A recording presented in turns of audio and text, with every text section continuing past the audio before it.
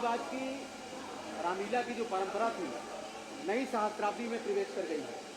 ऐसा माना जाता है, जो पता चला है इस इतिहास से 500 साल पहले से यहाँ की शुरुआत हुई थी और आज इस नई सहस्त्राब्दी में आकर के और नए उसमें युग में पहुँच करके नई तरह से हो रही है। आपके नेतृत्व में जो काम हो रहा है इस रामलीला कमेटी का, तो मैं चाहता हूँ कि आप ये बताएं कि कमेटी किस तरह से काम कर रही है और आगे किस तरह की योजनाएं आप क्या बनाना चाहते हैं। इलाहाबाद प्रयाग में जो रामलीला का स्वरूप था, जो स्तर पे होना चाहिए था वो नहीं था।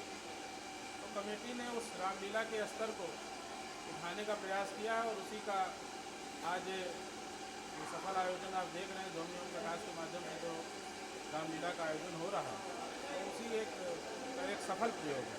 इसी तरह के राम दल जो निकलता है विजयदशमी के दिन, इसमें भी कुछ नयापन लाया गया है।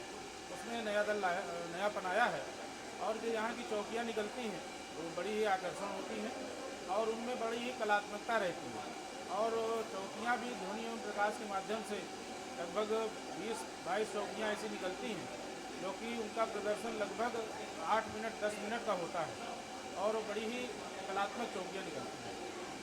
ऐसा जो इस क्षेत्र के लोग हैं, खास करके इलाहाबाद के लोग हैं, ये तो यहाँ से इन चौकियों से और रामलीला से एक तरह से जुड़ते रहे हैं। ये चीज़ें बाहर भी किसी तरह से पहुँचे और ये जो भावनात्मक जुड़ाव है इसके लिए इस पक्ष को उभारा जाए, इसके लिए भी क्या कोई ऐसी कोई योजनाएं बना रहे हैं, कुछ प्लानिंग है, कुछ आप करना चाहते हैं? हाँ, ये बड़ा अच्छा प्रश्न किया आपने। इस बात में तो हम लोगों ने बराबर प्रयास किया है और बराबर प्रयास कर रहे हैं, लेकिन जो एक मीडिया का होता है किसी भी चीज़ को फ्रंट पे लाने के लिए, वो सहयोग उतना नहीं मिल पाया है जितना दूरदर्शन का मिलना चाहिए था।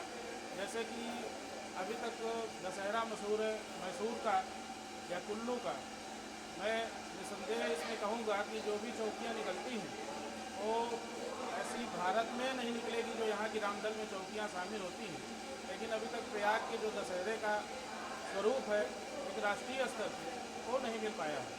तो इसमें दूरदर्शन की तरफ से लोगों का उस पर अभी नहीं जा पाया, उनके बीच में इसका स्वरूप नहीं गया है। तो मैं चाहूँगा कि अगर जाएगा ये स्वरूप तो उसमें इसको ख्याति मिलेगी और बहुत अच्छी प्रगति।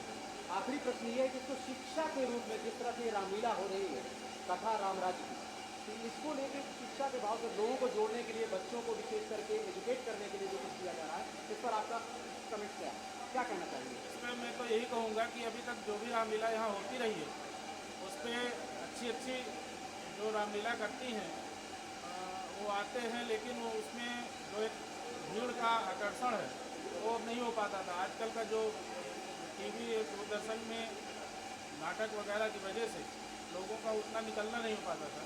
इसीलिए परिवर्तन जो किया गया है ध्वनि एवं प्रकाश के माध्यम से रामलीला का, उसमें आप देख रहे हैं कि लगभग 25,000-22,000 लोग प्रतिदिन अपने बच्चों के साथ आते हैं देखने। तो उसका यही उद्देश्य था कि जो बच्चे आएंगे तो उसका एक संस्कार होगा, तो जब वहाँ हम खींचेंगे और तभी वो संस्कार लेके जाएंगे तो कुछ ना कुछ उसका स्वरूप